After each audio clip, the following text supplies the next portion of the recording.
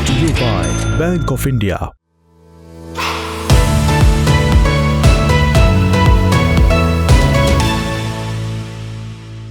नमस्कार, मेरा नाम उपासना है और आप देख रहे हैं द लंदन टॉप का डेली फाइनेंशियल बुलेटिन खर्चा पानी। Case number 1।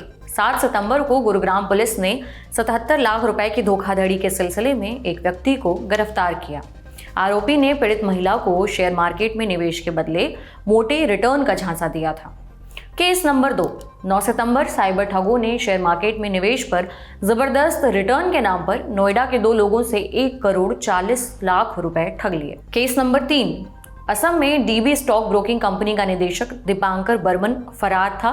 बर्मन ने ग्राहकों को निवेश पर भारी रिटर्न देने का वादा किया था, लेकिन अपने गुवाहाटी ऑफिस को बंद करके फरार हो गया। ये कुछ खबरें सिर्फ उदाहरण भर हैं। देश भर में ऐसे कई मामले आ रहे हैं जिनमें शेयर मार्केट में निवेश पर मोटे रिटर्न के लालच के चक्कर में छोटे निवेशक निवेश कर रहे हैं और ठगी का शिकार हो रहे हैं, अपनी गाढ़ी कमाई गंवा रहे हैं। ताजा मामला असम से आया है। इसमें भी शेयर मार्केट में निवेश के नाम पर मोटे मुनाफे का झूठा वादा करके लोगों से करोड़ों रुपए ठग लिए गए। ऑनलाइन शेयर ट्रेडिंग के नाम पर हुए इस घोटाले का मुख्य आरोपी विशाल फुकन गिरफ्तार किया जा चुका है, लेकिन इस स्कैम ने असम की राजनीति से लेकर असमिया फिल्म इंडस्ट्री में भी भूचाल ला दिया है। इस घोटाले में असमिया कोरियोग्राफर और अभिनेत्री सुमी बोरा का नाम भी सामने आया है। अब जानते हैं कि इस पूरे घोटाले को अंजाम देने वाला विशाल फुकन है कौन और इसने किस तरह से लाखों निवेशकों को चूना लगाया। दरअसल विशाल फुकन नाम के शख्स ने अपने निवेशकों को 60 दिनों में 30% का मोटा मुनाफा देने का झूठा वादा किया और ज्यादा मुनाफे का लालच देकर 2200 करोड़ रुपए की धोखाधड़ी को अंजाम दिया है। असम पुलिस का कहना है कि फुकन ने असम के अलावा अरुणाचल प्रदेश के हजारों निवेशकों से करोड़ों रुपए की ठगी भी की है। फुकन के इस फ्रॉड का खुलासा तब हुआ जब असम में शेयर मार्केट से जुड़े कई फ्रॉड सामने आए। इसमें से एक फ्रॉड था डीबी स्टॉक ब्रोकिंग का। इस कंपनी के कथित डायरेक्टर दीपांकर बर्मन एक दिन अचानक लापता हो गए, वही जिसके बारे में हमने आपको एपिसोड की शुरुआत में जानकारी दी थी। इसके बाद असम और पूर्वोत्तर के दूसरे राज्यों में शेयर मार्केट से जुड़े कई घोटाले सामने आए। इस मामले में असम के मुख्यमंत्री हेमंत बिस्वा शर्मा को भी सफाई देनी पड़ी। अब ये समझते हैं कि फुकन ने आखिर लोगों को अपने जाल में फंसाया कैसे। दरअसल फुकन ने अपनी शानो शौकत से सबका ध्यान खींचा।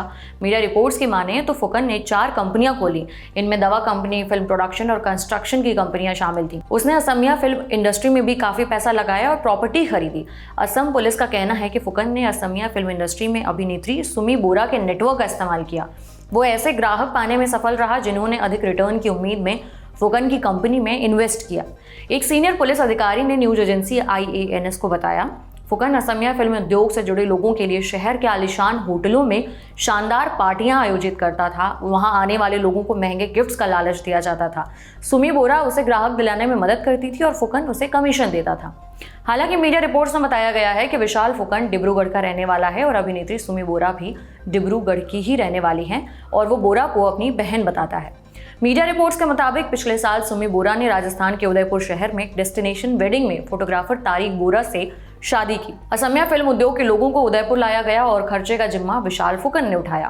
पुलिस अब असमिया कोरियोग्राफर और अभिनेत्री सुमी बोरा की तलाश कर रही है, जो कथित तौर पर फुकन के नेटवर्क से जुड़े हैं। इस घोटाले का भंडाफोड़ होने के बाद असम के मुख्यमंत्री हेमंत बिस्वा शर्मा ने लोगों से शेयर बाजार और किसी भी तरह की ऐसे निवेश वाली योजनाओं से सावधान रहने को कहा है, बचने को कहा है।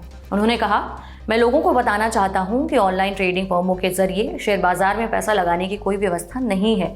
धोखेबाज लोगों को गुमराह कर रहे हैं। मैं लोगों से धोखेबाजों से दूर रहने का आग्रह करता हूं। 2200 करोड़ रुपए का ये शेयर मार्केट घोटाला सामने आने के बाद एडलवाइज म्यूचुअल फंड की मैनेजिंग डायरेक्टर और CEO राधिका गुप्ता ने छोटे निवेशकों को इस तरह के फ्रॉड से बचने की सलाह दी है। उनका कहना है कि पैसा कमाने का कोई फटाफट फॉर्मूला नहीं है। शार्क टैंक की जज रह चुकी राधिका गुप्ता ने प्लेटफॉर्म X पर अपनी पोस्ट में कहा, 2200 करोड़ की धोखाधड़ी दिल दहला देने वाली बात है। हमें कितनी बार याद दिलाना पड़ेगा कि पैसे कमाने का कोई शॉर्टकट है ही नहीं। आमतौर पर अगर पैसा कमाने के लिए महंगी कारों के साथ विज्ञापन किया जाता है तो इससे जानलेवा दुर्घटनाएं भी होती हैं। उन्होंने निवेशकों को दाल चावल इन्वेस्टमेंट पॉलिसी का पालन करने की सलाह दी है। दाल चावल फंड से उनका मतलब ऐसे फंड से है जो हर सेक्टर से जुड़े होते हैं। ठीक उसी तरह जैसे दाल चावल सभी मौसम में खाए जा सकते हैं, दाल चावल फंड ऐसा पोर्टफोलियो होता है जिसमें अगर एक सेक्टर में नुकसान है तो दूसरा सेक्टर आपको फायदा दे सकता है। इन फंड्स को ऐसे समय में अच्छा माना जाता है जब शेयर मार्केट में अस्थिरता दिखती है। यह मार्केट में उतार चढ़ाव के बावजूद एक स्थिर रिटर्न देने के लिए कई सेक्टर्स में निवेश करते हैं। इन फंड्स को निवेशकों के लिए कम जोखिम वाला माना जाता है। अब आपको बताते हैं कि शेयर मार्केट में चलने वाले इस तरह के घोटालों से खुद को बचाने के लिए किन बातों का ध्यान रखना चाहिए। सबसे पहले ये देखिए कि जिस ब्रोकर के जरिए आप पैसा लगा रहे हैं वो आपको गारंटी शुदा रिटर्न का वादा तो नहीं कर रहा। अगर ऐसा है तो ये बहुत बड़ा स्कैम हो सकता है। दूसरी ध्यान देने वाली बात यह है कि निवेश संबंधी सलाह लेने से पहले ब्रोकर या एजेंट से सेबी के द्वारा जारी लाइसेंस मांगे। ये पता करें कि निवेश कराने वाली कंपनी या adviser share market regulator SEBI के साथ रजिस्टर्ड है या नहीं। निवेश से पहले कंपनी के बारे में अच्छे से पता करें, उस कंपनी के फाइनेंशियल हिस्ट्री, निवेश सलाहकार और जिस प्लेटफॉर्म पर निवेश कर रहे हैं उसके बारे में अच्छे से रिसर्च कर लें। अगर कोई कंपनी या एजेंट आपको फ़ोन करके तुरंत निवेश के लिए कहता है तो बिल्कुल भी झांसे में ना आए। व्हाट्सएप या किसी अन्य मैसेजिंग प्लेटफॉर्म पर पैसे का निवेश कर मुनाफा कमाने वाले किसी भी ऐसे प्लान में शामिल होने से बचें।